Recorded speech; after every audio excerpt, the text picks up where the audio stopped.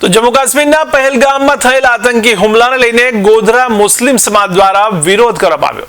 ત્યારે નમાઝ સમયે કાળી પટ્ટી બાંધીને વિરોધ નોંધવામાં આવ્યો હતો। તો જમ્મુ કાશ્મીરના પહેલગામમાં થયેલ આતંકવાદી હુમલામાં 27 લોકોએ પોતાનો જીવ ગુમાવ્યો, જેને લઈ ગોધરા મુસ્લિમ સમાજ દ્વારા ભારે દુઃખ વ્યક્ત કરવામાં આવ્યું। ત્યારે જુમ્માની નમાઝમાં કાળી પટ્ટી ધારણ કરી આતંકીઓ સામે વિરોધ નોંધાવ્યો છે। दुखद घटना बनी जेमा 26 निर्दोष व्यक्तिओए पोताना जान गुमाव्या। आ खरेखर खूब दुखनो प्रसंग छे। अमे गोधराना तमाम मुस्लिमो प्रत्ये वती आजे दुख व्यक्त करीए छे अने ए माटे तमामे काળી પટ્ટી બાંધીને કાળી પટ્ટી ધારણ કરીને આ દુઃખ વ્યક્ત કરવાનો આજે શુક્રવારના દિવસે નમાજ પછી આ પ્રસંગ રાખ્યો છે।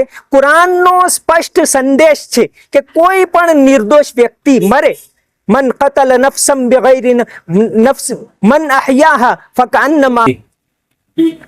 तमाम देशवासियों को बहुत दुख हुआ।